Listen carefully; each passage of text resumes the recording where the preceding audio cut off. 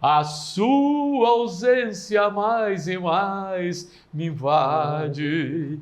Pediu amor e devolveu saudade.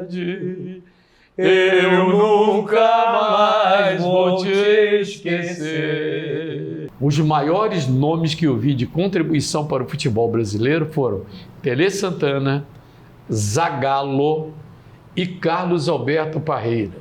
Foi o maior jogador que eu vi junto com Pelé. Ronaldinho Gaúcho ou Neymar, na sua opinião? Ronaldinho Gaúcho. E vamos agora perguntar do seu Fluminense. Qual foi o melhor jogador que você viu jogar com a camisa do seu tricolor? Tele Santana.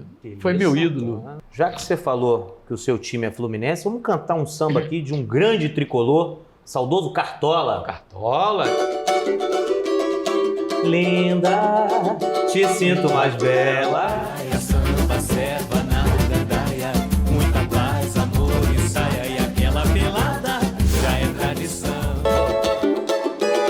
Se um dia meu coração for consultado Para saber se andou errado, será difícil. Legal. Olha só, minha gente, o programa desta semana, garotinho. Tô entrando em outra área. O programa desta semana é com essa lenda do rádio que viveu com os maiores nomes do futebol, da música. Antes de começar o programa aqui, ele já contou um monte de história. Ou seja, tá me chamando de antigo, não é nem de velho. Experiente, garotinho. Garotinho.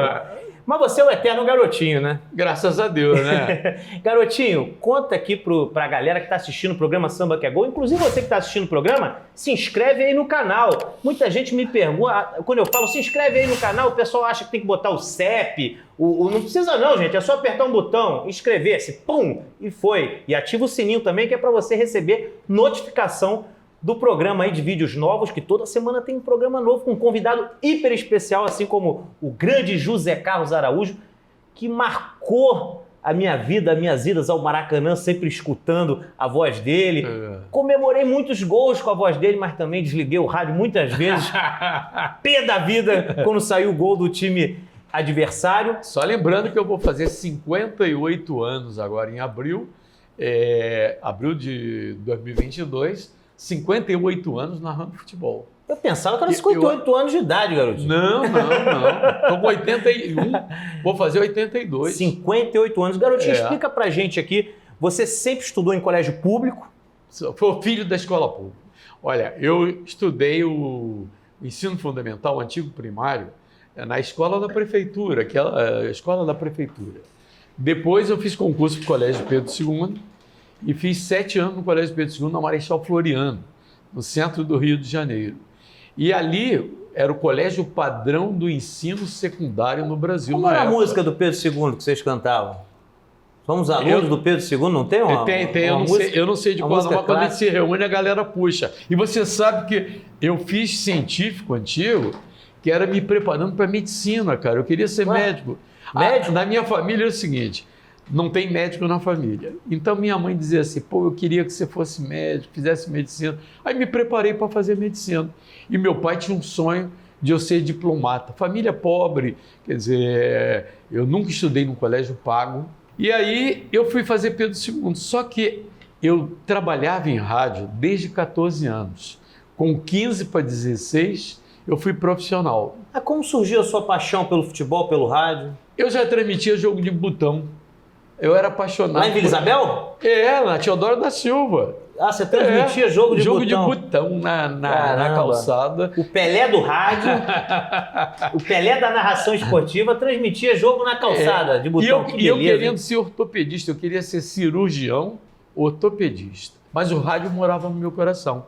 E eu, quando estou me preparando para fazer medicina, eram 22 alunos na turma do último ano do ensino médio, 18 se formaram médicos, 2 professores e 2 advogados. Eu sou um dos professores.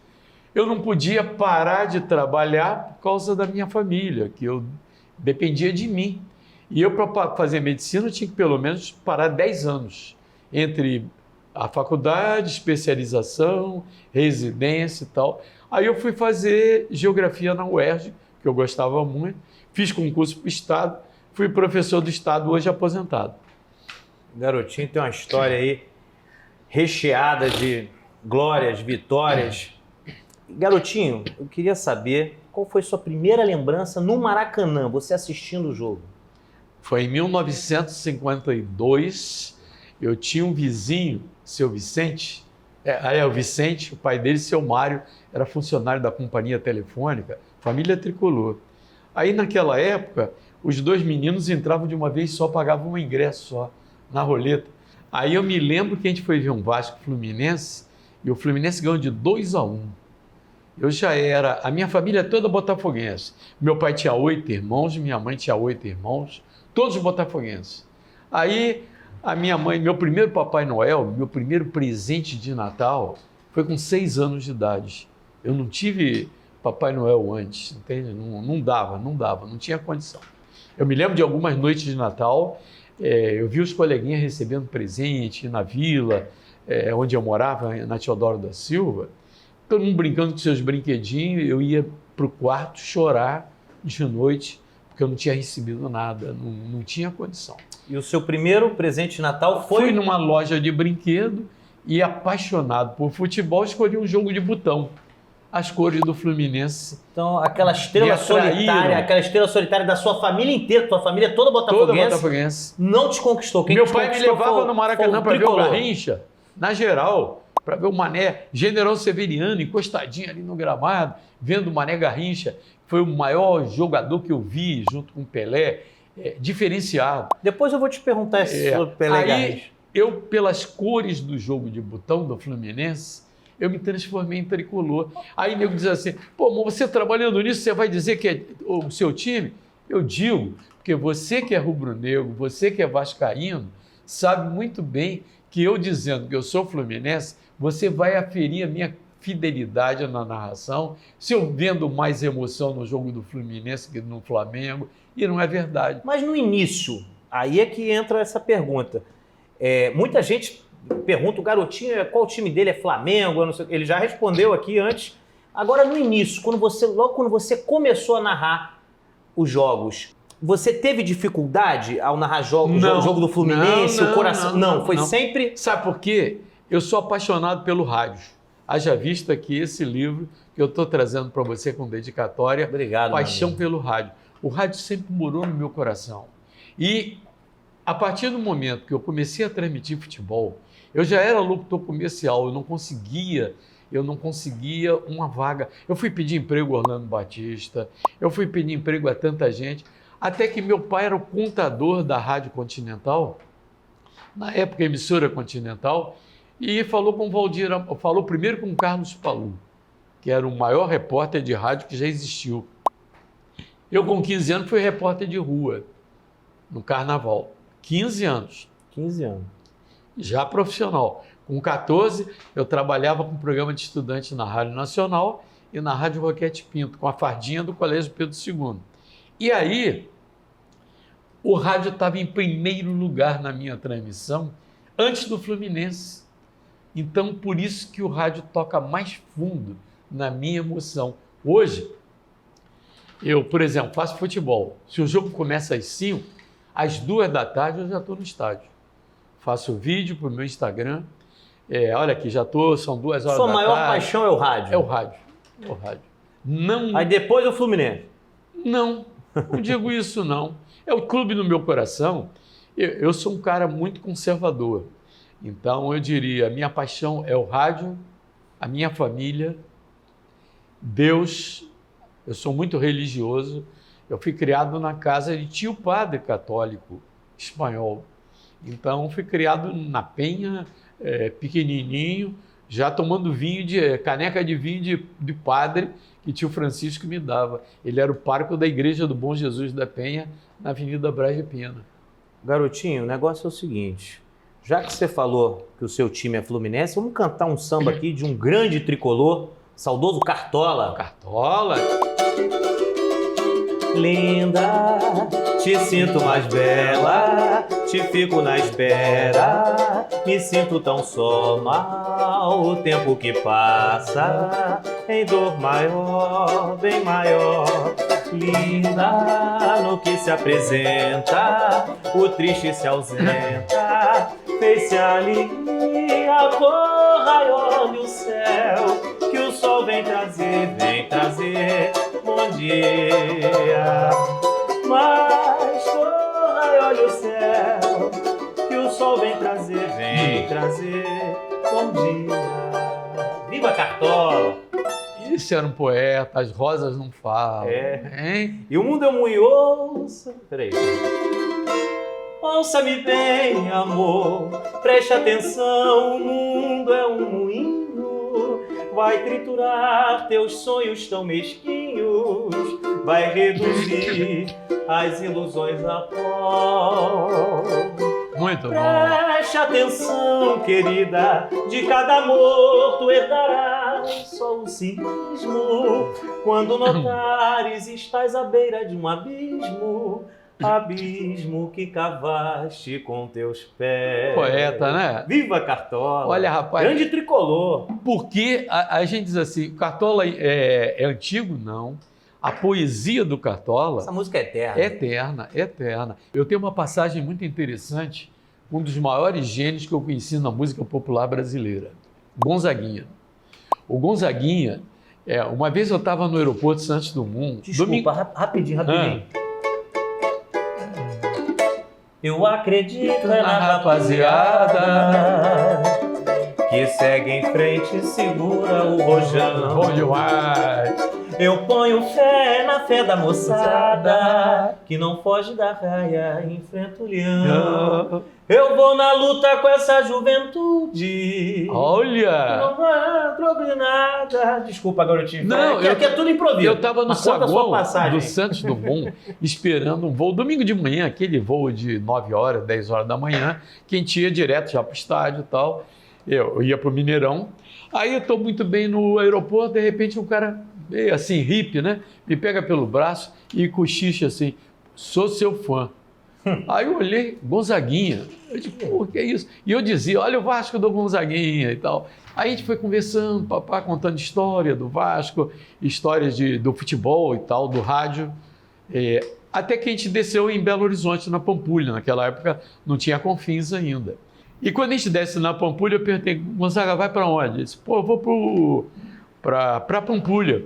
Eu digo, cara, então eu te deixo ali, é pertinho, eu vou para o Mineirão. Vou almoçar lá, pegar um feijão, arroz, feijão tropeiro, que era o prato preferido lá, principal do restaurante do Mineirão.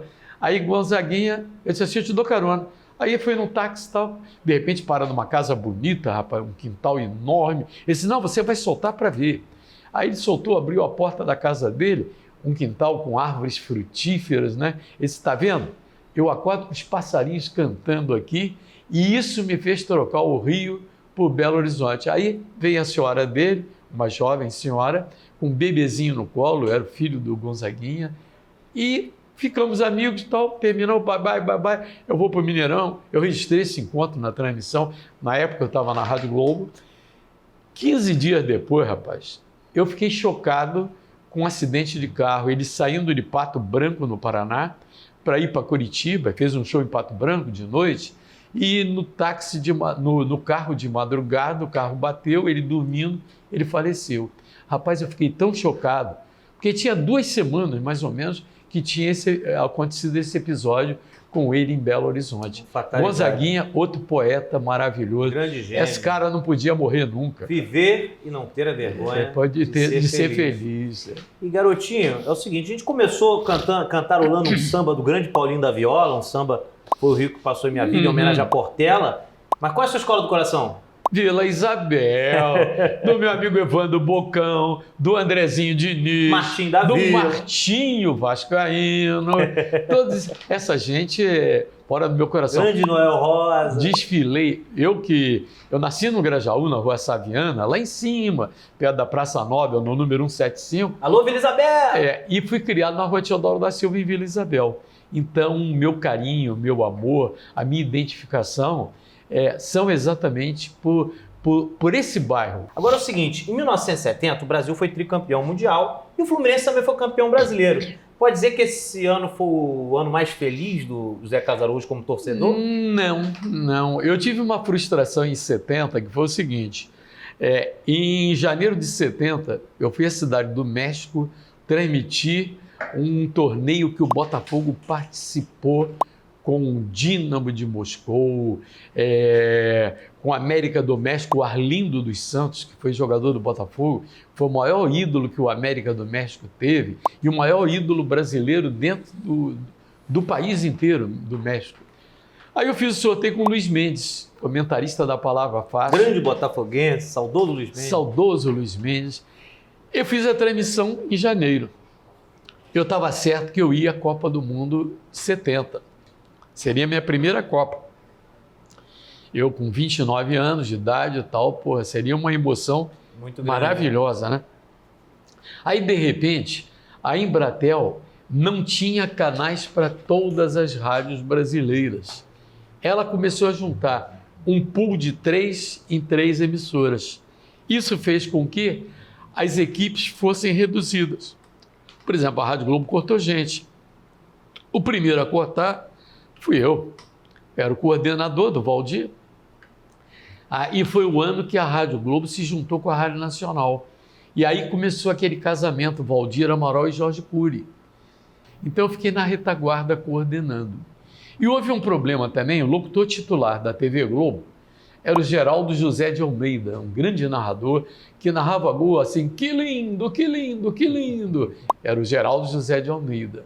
Ele era o principal. E o segundo narrador era o Luiz Alberto Carvalho, um baiano, voz bonita pra caramba, na Rádio Nacional. Aí depois ele foi para a TV Globo. Ele que fez aquela letra, mexe, mexe, mexe, coração, vamos que vamos nessa bola. Vale a pena dizer aqui também que o garotinho estudou canto, né, garoto? Estudei 2 anos. E antes do programa você estava cantarolando. Vou contar essa história. Aí o que aconteceu? O Luiz Alberto ficou doente, aí o Walter Clark, que era o cracaço da TV Globo, foi na Rádio Globo, pediu ao Valdir para me ceder para a TV Globo. Aí, para ser o segundo narrador do Geraldo José de Almeida. Aí o Valdir disse assim, não. O Walter, quando chegou na Ireneu Marinho 35, me encontrou ali no 4º andar e disse assim, vou falar com o seu chefe, vou pedir teu passe para você ir à Copa pela TV Globo. Aí o Walter disse, não, porque ele é importante para mim, porque eu sempre fui um cara muito disciplinado e organizado, muito organizado. Eu acho que a disciplina é o principal fator do meu sucesso profissional. Aí ele não cedeu, aí eu me frustrei. A primeira Copa do Mundo foi ser exatamente em 74, na Alemanha, mas eu transmiti 12 Copas do Mundo até agora. Mas, no entanto, eu acho que, como o rádio é a minha paixão, eu não podia perder essa parada para a televisão. Então, eu fiquei no rádio e isso me fez muito bem. Quando você falou em canto, eu estava terminando o Colégio Pedro II na Marechal Floriano, já era profissional de rádio. Não existia fonoaudiólogo, não existia. E aí, o meu pai era amigo do Teófilo de Vasconcelos, que foi o maior narrador de turf. Depois veio o Hernani Pires Ferreira na mesma escola. O Hernani era maravilhoso. O Teófilo era locutor da Agência Nacional, era o locutor oficial do Jockey Clube Brasileiro, um cara elegante, ele ia de casaca no Grande Prêmio Brasil, tirava a cartola, era aplaudido pela plateia na social do Jockey Clube Brasileiro, que uma segunda paixão minha é o turf também, que mora no meu coração, até porque eu morei na Gávea e tal, no Jardim Botânico. Aí o que aconteceu? Tinha uma professora de canto, dona Hilde Sinek, uma alemã, ela fazia programa na Rádio MEC, Rádio Ministério da Educação, Aprenda Alemão Cantando. Aí meu pai falou com ela, disse assim, o Teófilo deu o telefone dela, disse assim, meu filho vai fazer um curso aí. Era na Barão do Flamengo. Eu ia lá de manhã, antes de ir para o Pedro II, ia de bonde, lá de Vila Isabel. Aí eu fiz 2 anos. Nasce lá na vila. Aí eu fiz 2 anos aprendendo técnica vocal do canto. E aí, rapaz, eu já, com o tempo, eu fiz amizade, eu sou fã do Moacir Franco, pelo talento dele como escritor, como autor, como ator, enfim, o cara é completo. E o refrão daquela música? Se eu tivesse um coração que dei, tivesse ainda ilusão, nem sei. Coragem para recomeçar no amor. Bobagem, pois amor assim, só um. Agora é vida sem razão, porque tentando orar eu só rezei você. A sua ausência mais e mais me invade. Pedi o amor e devolveu saudade. Eu nunca mais vou te esquecer. Eu nunca mais vou te esquecer, meu amor. Eu nunca mais vou te esquecer. Viva, garotinho! Olha só. Moacir Franco! Garotinho cantando é só aqui no programa Samba que é Gol, hein? Eu nunca cantei publicamente, eu não sei festinha assim, negócio de brincar, porque era uma das músicas que eu aprendi a projetar a voz exatamente para transmitir. Porque transmitir futebol, eu dava aula de manhã e transmitia futebol à noite. E conseguia, eu nunca fiquei rouco, nunca peguei uma gripe, um resfriado que dissesse assim, pô, você está resfriado, está gripado, não vai trabalhar? Nunca. Dizer assim, qual é o segredo?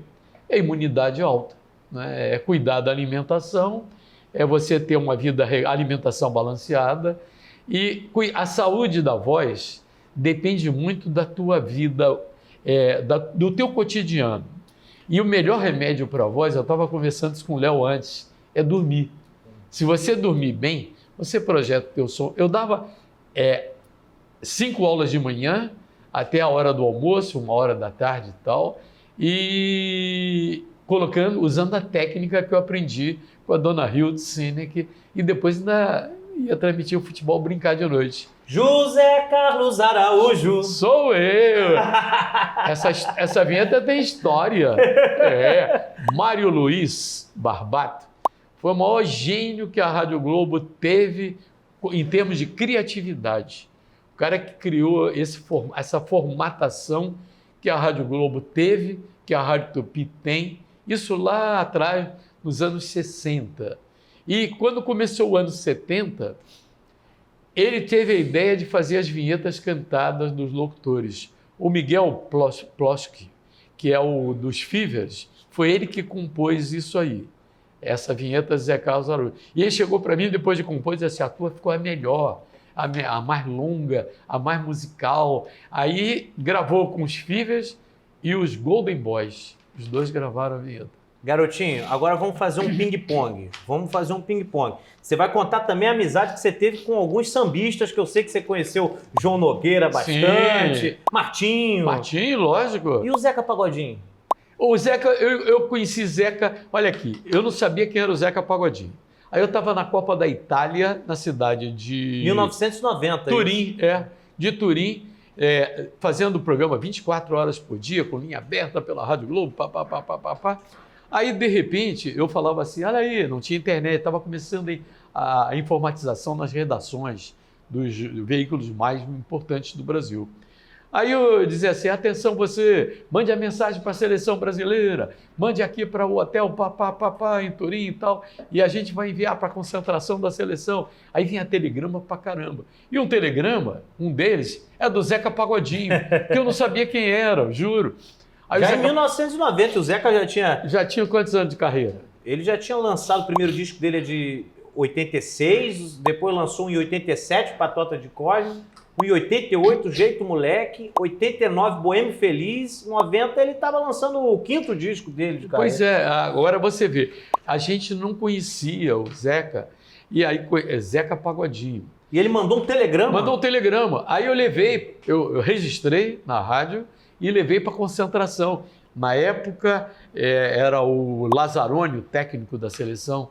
Eu sei que eu levei um monte de telegrama para dar força. E um deles era o do Zeca. É do Zeca. Depois eu, logicamente, pô, no quiosque do Lelê, lá em frente ao prédio do Zeca, eu paro para bater papo com o Zeca toda vez que eu estou caminhando. Ele está sumido, ele não está caminhando como o Jorge Penigeiro forçava ele para caminhar. E como é que você fala? É o fogão? O fogão do Zeca Pagodinho, o fogão do Léo Russo, o fogão do Stepan Nercessian. Aliás, eu sou fã do Stepan. E o Flusão é de quem? Flusão do Raimundo Fagner. E o Mengão? Mengão tem tanta gente. Olha, o Diogo Nogueira hoje, eu digo o Flamengo do Diogo Nogueira. Mas era o Flamengo? Era o Flamengo do João Nogueira, do Clube do Samba, do Recreio dos Bandeirantes também. Olha. E o Vasco? Vasco, Martinho, pô, tanto, Chacrinha. Vasco do Paulinho da Viola. Paulinho da Viola. Você sabe, garotinho, eu tenho que falar isso aqui no programa, que eu sempre fui um apaixonado pelo rádio, sempre. Inclusive, eu me formei em comunicação, jornalismo. Tô sabendo. Também fiz escola de rádio lá no Catete. E eu sempre... Quem sabe se a gente não vai narrar futebol num canal do YouTube? Futebol e samba. Vamos, tem tudo a ver. Olha, cara, eu fiz na Transamérica durante uns anos o futebol com DJ. Então, sobe o som aí, sobe o som, pancadão, furacão 2000, babá. Fazia, de repente, pode ser o futuro, o futebol num canal do YouTube. Quem sabe? Eu sempre fui apaixonado por rádio, eu dormia com um radinho de pilha, assim, entre o travesseiro e o meu ouvido, eu dormia assim, porque no dia seguinte tinha colégio, né, esses jogos, quarta-feira, 9h30, 9h40, a gente já tinha que estar dormindo, mas eu ficava ali ligado no Botafogo e tal. E rádio sempre foi uma paixão muito grande. Aliás, na minha você falou vida. do Botafogo? Eu escutava você falando, é o fogão do Stepan Nercessian, é o fogão da Beth Carvalho. E você, vira e mexe, eu escuto, recebo uma mensagem de alguém falando, você quando fala, é o fogão do Léo Russo, você não sabe como você me emociona e como você me deixa feliz, porque eu sou seu fã, sou fã de rádio, sempre fui muito botafoguense. Isso me emociona de uma forma muito Mas toca forte. no coração, toca né? no coração. Houve uma época em que os artistas iam muito para a rádio. Hoje não vão. Eu me lembro, eu convivi com vários desses artistas, Tim Maia, o Roberto Carlos, quando estava começando, na Rádio Globo, na Irineu Marinho, ele ia lá aos sábados, quantas vezes sábado eu dava plantão, eu encontrei o Roberto lá, contei isso para ele. José Carlos Araújo tem história com todo mundo do futebol, Pelé, Garrincha, aliás, você sabe de uma coisa? O Pelé, eu só falei com o Pelé uma vez na vida. Uma vez só? Uma vez só. Porque o Pelé era de São Paulo, Santos, né? E como é que eu falei com ele? Depois de ter parado. Na Copa do Mundo da África do Sul, em 2010, a gente estava num voo da Companhia Sul-Africana, última viagem para fazer a Copa do Mundo. Na classe executiva estava o Casagrande, o Júnior, todo mundo batendo papo com o Pelé, e eu no meu cantinho lá, não tinha intimidade com o Pelé, conheço o Capacete, o Léo Vegildo, meu amigo, Casão e tal. Zico, Rivelino, o Zico, pô, eu conheço desde 14 anos, tem uma história humana maravilhosa. Aí, de repente, eu levanto por volta, o Pelé estava viajando como comentarista do SBT, ele ia fazer só colunas comentando a Copa do Mundo pelo SBT na África do Sul. Aí eu levanto 2h30 da manhã para ir ao banheiro fazer um xixizinho. Quando eu levanto, o Pelé diz assim, Zé Carlos, senta aqui. Aí, o Pelé é um rei, rapaz, me chamando pelo nome. Aí sentou aqui e falou, eu te acompanho. Olha o cara que antenado e humilde e inteligente, né? Foi por isso que ele é o rei e vai continuar sendo o rei. A gente reza para ele sair dessa, porque está num sofrimento muito grande. Porque a figura humana faz com que a gente sofra junto. É o caso do Roberto Dinamite no momento. O Zico, graças a Deus, botando a prótese aí do quadril, vai voltar a jogar suas peladas na boa, como joga o Eduzinho, como joga todo mundo. E o Roberto Dinamite está nesse sofrimento hoje, mas eu acho que a força interior dele, a força da corrente positiva que todos nós estamos fazendo para ele se recuperar, tudo isso está contribuindo para ele dar um drible nessa e fazer um daqueles golaços que ele marcou na longa carreira, admirada por todas as torcidas. É isso aí, garotinho. E já que estamos falando de Garrincha, Pelé e grandes nomes do futebol, chegamos aqui aos 40 do segundo tempo, vamos fazer um ping-pong aqui. Garotinho, tá pronto? Prontíssimo. Garrincha ou Pelé? Eu tô curioso para saber essa resposta, hein? Posso dizer uma coisa? Duas coisas diferentes. Pelé foi um gênio. Garrincha, eu acho que foi o Charlie Chaplin do futebol, como dizia o Armando Nogueira. Então, porque o Garrincha era imprevisível. Cada show dele, cada jogo era um show diferenciado. Pelé era previsível, mas foi o maior artista da bola, com a bola dominada, foi o maior artista, por isso que ele foi o atleta do século, a maneira como ele jogava. E olha, jogava com uma bola de pior qualidade que a de hoje, com um gramado de pior qualidade que o de hoje. Hoje, o Pelé seria muito mais, o Garrincha seria muito mais. Esses dois caras estão num patamar superior no futebol mundial. E o Zico, que gravou com a gente aqui o programa, ele falou os 5 jogadores que ele considera os maiores jogadores do futebol de todos os tempos. Você que está assistindo o programa aí, vai lá e assiste o programa com o Zico, que você vai saber quais são os 5 maiores jogadores de todos os tempos, na opinião do Zico. E na sua opinião, os 5 maiores de todos os tempos? Ou os 3 maiores? Vou tentar fazer aí, vamos lá. Garrincha, Pelé, Maradona, Beckenbauer, Paulo Roberto Falcão. E eu vou te dizer um negócio. Desses 5 que você falou, 4 o Zico também falou que são os maiores de todos os tempos. O Falcão foi um dos jogadores... para mim, o Falcão foi o Beckenbauer do Brasil. A elegância, a eficiência do futebol, o QI mais elevado. Aí, alô, torcida do Colorado. Paulo Roberto Falcão. E vamos lá, ping-pong. Ronaldinho Gaúcho ou Neymar, na sua opinião? Ronaldinho Gaúcho. Foi mais... Olha, o Ronaldinho Gaúcho foi mais jogador do que o Neymar. Talvez ele tivesse uma carreira mais longa se tivesse mais profissionalismo. Ele, no meu modo de ver, a falta de disciplina profissional fez com que ele rendesse menos do que o potencial dele permitia. Mas ele foi mais jogador do que o Neymar. Gabigol ou Adriano? Adriano.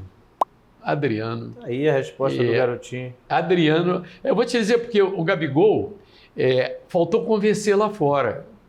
Ele passou na prova aqui dentro, mas lá fora não. O Adriano passou na prova aqui, lá fora, e terminou o curso saiu do curso antes de terminar. Tá aí, garotinho. Agora 2 amigos nossos. Agora eu quero ver. Edu ou Zico? Galinho, me permite. Vou com o seu Antunes. O seu Antunes falava com o Eduzinho. Se o Eduzinho tivesse o tratamento que foi dado ao Zico, o Zico foi extra sério. No futebol carioca, eu não vi nenhum. Até hoje estou com aquele gol contra a Iugoslávia lá no Recife que eu estava transmitindo, que ele entrou driblando todo mundo, fez aquele gol maravilhoso. Tem aí nas redes sociais do garotinho essa narração com a imagem.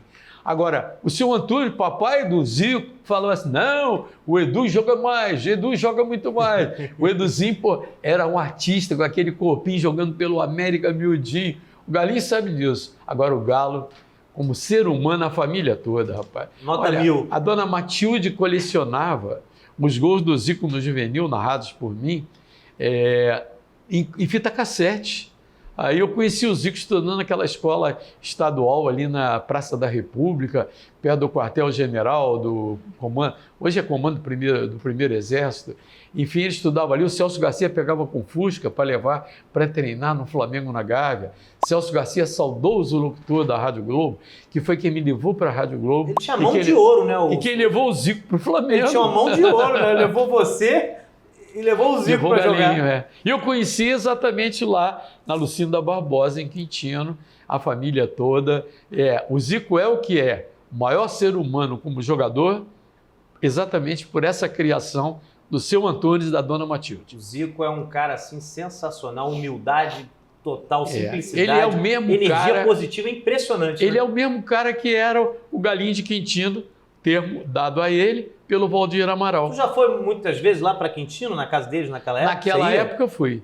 Tinha feijoada? Tinha o sábado. Você falou, né? Tinha que botar água no feijão. O Celso me levou mais 2 vezes lá. E eu vi também o Zico jogar acho que era Juventude, o time de futebol de salão lá de Quintino. E eu quero gravar com o Edu lá na casa. Na casa, Vou botar né? a camisa do América e Legal. vamos gravar. O Edu vai assinar. E vamos agora perguntar do seu Fluminense. Qual foi o melhor jogador que você viu jogar com a camisa do seu tricolor? Tele Santana. Tele Foi meu Santana. ídolo. Foi meu ídolo. Aí, tá respondido. E depois virou meu amigo quando ele era comentarista do SBT. Uma vez em La Paz, ele me chamou para jantar na capital boliviana, quer dizer, 3.650 metros de altitude. A gente foi jantar e eu conheci o que era o ser humano Tele Santana. Se o Léo Russo fosse jogador do Tele Santana, e tem umas passagens interessantíssimas, ele era o paizão do jogador. Então, eu me lembro que o Tele morava no centro de treinamento do São Paulo. E o Palinha, um craque lá do São Paulo, tinha aqueles vendedores de carro, cada carrão, o jogador fica preocupado primeiro em conquistar uma loura, depois em comprar um carrão para chamar atenção, e não se preocupa com a família. Aí eu me lembro que o Palinha, Tele que me contou isso, Palinha comprou, conversa com o Júnior Baiano sobre o paizão que foi o Tele. Aí o Tele está acompanhando aqueles vendedores de automóvel, vender carro e tal, vender Palinha, um carrão. Aí, fechado o negócio, o Tele chamou o Palinha, vem cá, você já comprou uma casa, um apartamento para sua família? Não, seu Tele. Então faz uma coisa, devolve esse carro para aquele cara, pede o dinheiro de volta e compra uma casa para sua família. Aí o Palinha fez isso. Exatamente orientado pelo seu Tele Santana, uma figura... Tele Santana, o maior jogador, segundo o garotinho, que ele viu com a camisa do, Sabe por quê? do time dele, que é o Fluminense. Eu, como garoto, eu era muito magrinho. E o Tele era chamado de fiapo. Era como ele era chamado, exatamente por ser muito magrinho. Então, e como jogava futebol com aquele corpinho, não tinha esse trabalho muscular que é feito hoje em academia. Todos os clubes fazem fortalecimento muscular. Agora, nessa história toda, eu quero dizer que, abri um parênteses aí, os maiores nomes que eu vi de contribuição para o futebol brasileiro foram Tele Santana, Zagallo e Carlos Alberto Parreira. Eu acho que a CBF tinha que construir um cargo vitalício para o Zagallo dentro da sede da CBF aqui na Barra da Tijuca. E vocês vão ter que engolir o garotinho também. Exatamente. Porque foi o cara que revolucionou o futebol brasileiro. Foi o cara que, como jogador, com aquele potencial limitado, diria, fisicamente, mas taticamente, ele era perfeito e dialogava. Qual era o apelido do Zagallo, que chamava? Zagallo foi formiguinha durante muitos anos. Exatamente porque ele criava... O Tele fazia isso, só que pela direita. Vinha compor o meio-campo quando tinha que fazer a defesa. E para os tricolores mais jovens aí escutarem, Conca ou Thiago Neves? Conca. Tá respondido. Fred ou Gabigol? Fred. Tá respondido. Melhor seleção brasileira que você viu jogar? Ih, rapaz. Como exibição, a de 82, ninguém se exibiu igual. A do Tele. Quando a gente foi eliminado no Sarriá... A Canária eu vou. Estádio Sarriá, lá em Barcelona, que não existe mais hoje, eu me lembro que aquela vitória de 3-2 pela Itália, com Paulo Rossi fazendo estrago, eu estava numa bancada de locutores aqui brasileiros, aqui na frente, e aqui atrás de mim, uma bancada de locutores italianos. E você trabalhando com microfone labial, você fica com as mãos livres. Então, cada vez que era gol do Brasil, a gente levantava, gol! Aí os italianos ficavam marara, dava cascudo na gente, a gente deitava. Rapaz, quando fazia o gol, quando houve aquele gol do Paulo Rossi, os gols do Paulo Rossi, os caras levantavam e tinha que engolir. E ali ficou marcado, porque a própria população de Barcelona chorou com a eliminação da seleção brasileira. Jogava o futebol mais bonito que eu vi. Bonito, de exibição. Mas essa é a sua resposta? A seleção de 82? 82 é o futebol mais bonito. O futebol mais eficiente de 70. 70 do tricampeonato. É uma pergunta difícil, né? Que você lembra de 62, tinha Pelé e Garrincha. Mas acontece que 62 era outro futebol, né? Era outro futebol. Pelé e Garrincha, o Garrincha foi mais importante nas Copas do Mundo do que o Pelé. que nos deixou na mão lá no Chile com aquela contusão. O Amarildo entrou. Amarildo entrou e arrebentou o Aquela processo. seleção que de 11 jogadores, 5 titulares eram do Botafogo, né? Era a base. Aquela época era Botafogo e Santos, né? Você cobriu o Botafogo, né? Cobri 9 anos. Por isso que você gosta tanto do Botafogo, né, garotinho? Eu vi o primeiro treinamento do Paulo César Caju, quando o Marinho Rodrigues, Aí, o PC. paizão dele, trouxe o PC para treinar em General Severiano, com aquela bundinha pequenininha, 16, 17 anos, correndo pra caramba pelo costado da cancha. Ninguém segurava o PC. Aquela seleção de 70 não jogava com 11, jogou com 13 e o PC não era reserva, ele também era titular. Como eu vi o primeiro treino do Afonsinho, um dos grandes artistas da bola, como Ney Conceição, em General Severiano. Ney Conceição foi o maior dominador de bola que eu vi vestindo a camisa do Botafogo. O treino de General Severiano era um verdadeiro jogo. Chiclete. A galera ia lá, no apronto, sexta-feira, para o jogo de domingo, e a imprensa participava e a galera participava, ia lá para as tribunas, para a arquibancada. A gente saía dali sabendo como o time ia jogar. Hoje, você não tem acesso a treinamento, você não tem acesso a jogador, tanto que o público hoje, a própria camisa, o anunciante da camisa, não tem a visibilidade que teria anos atrás. Porque hoje o cara não aparece, é o assessor de imprensa, você pede para bater um papo aqui no Samba que é Gol, tem que falar com o assessor de imprensa de um cara que tem que botar o crachá para você saber quem é ele. Essa é a realidade. Então, estamos vivendo um outro momento. E esses caras todos jogavam muito mais bola do que os times de hoje. O Ney Conceição fazia com a bola. Cara, é brincadeira. O Afonsinho era para ser um dos maiores jogadores do mundo. Pela habilidade, pela maneira, a elegância Você e conheceu bem objetividade. o Nilton Santos? Lógico, titio. Conheci o Foi tio. seu amigo, Nilton? Foi.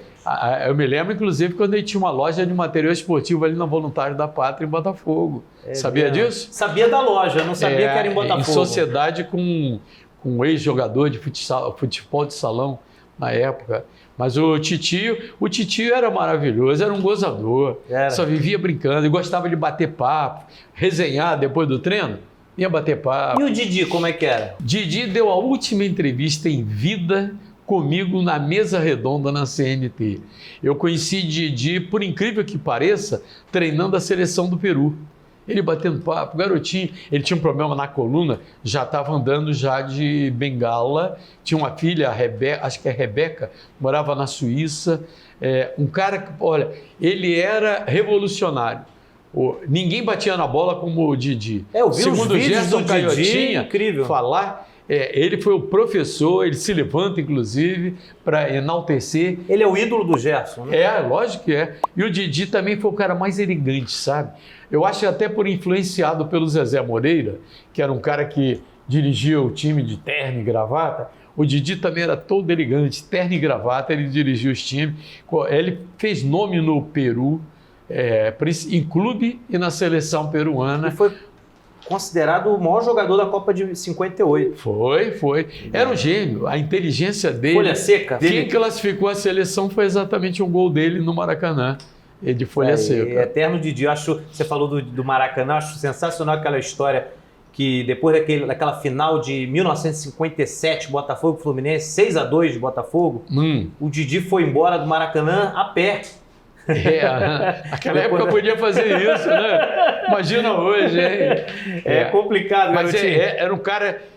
Para a época, quer dizer, o treinamento físico não era tão... Hoje tem um analista de desempenho, aqueles negócios que o cara usa aqui, tipo um sutiã, é para avaliar quanto ele está se deslocando, quanto não é, a avaliação. É muito científico hoje.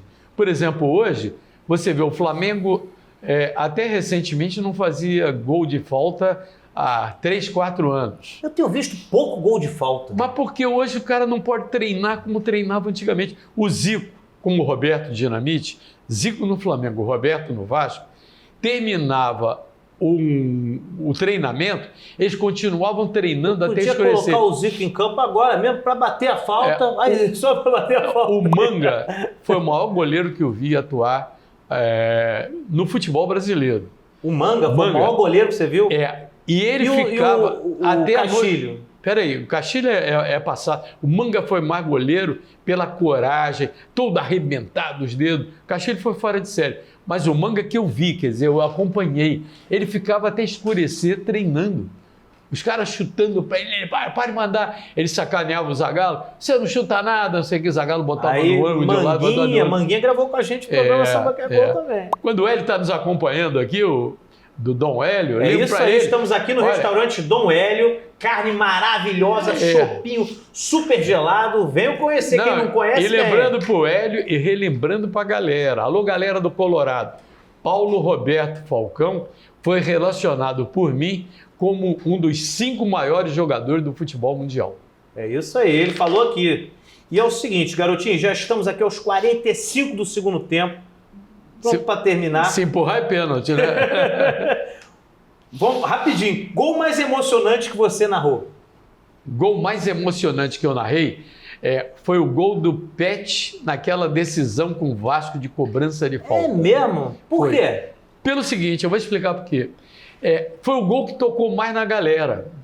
Eu me lembro que eu estava saindo do aeroporto Santos Dumont para pegar um táxi para ir para Glória. Isso domingo à noite. Aí, de repente, toca o telefone do taxista, estava escurinho e tal. Aí toca o telefone. A chamada do telefone era o gol Pet, aos 43 do segundo tempo, naquele 3-1 diante do Vasco, o Flamengo campeão. Mas eu acho que para o nosso câmera aqui, o Beto, não foi emocionante não, hein? Ele é vascaíno. Mas sabe por quê? Ali, como eu vi, depois eu vi vários celulares a chamada com aquele gol do Pet. Depois realmente foi marcante, porque eu preparo, tem a gravação, inclusive, aí nas redes sociais. Se marcar o Flamengo, não, o Vasco vai comemorar. Eu queria todo aquele clima de emoção no finalzinho, e o Pet marcou e se atira de costas. Aquilo ficou marcado. E o Joel era o técnico do Vasco, né? E o Zagallo do Flamengo. Eita. E vamos lá, já que você falou do Flamengo, qual o gol mais emocionante que você narrou do Fluminense, do Vasco e do Botafogo? Bom, vamos lá. Do Fluminense, acho que foi o gol de barriga do Renato, que ninguém narrou o gol do Renato na hora. Todo mundo narrou o gol do Ailton, que foi ele que chutou. O Renato estava de costa para todas as cabines, né? Naquela época, só na gravação é que você viu que o Renato... Você também narrou o gol do Ailton? O gol do Ailton. E a súmula do Léo Feldman incluía lá gol do Ailton. Esse foi o gol do Fluminense. Gol do Vasco, um do Roberto Dinamite. Agora, vários deles, né? Foram muitos, mas muitos. Cobrança de falta, então, ele era perfeito. E do Botafogo? Botafogo, Túlio Maravilha. Aí, Tulhão! Lá em São Paulo, no título. Artilheiro, 3 vezes artilheiro do brasileiro, Túlio Maravilha. Nós gostamos de você. E para finalizar, se José Carlos Araújo, o eterno garotinho, fosse um jogador de futebol, qual jogador ele seria? Zico. Tá respondido, Galinho de Quintino. E como tudo acaba em samba, vamos acabar em samba. Tá legal, eu aceito o argumento. Paulinho da Viola, mas não me altere o samba tanto assim. Olha que a rapaziada está sentindo a falta de um cavalo, de um pandeiro, de um tamborim. Mas tá legal, eu aceito o argumento. Mas não me altere o samba tanto assim, garotinho. Olha que a rapaziada está sentindo a falta de um cavalo, de um pandeiro, de um tamborim.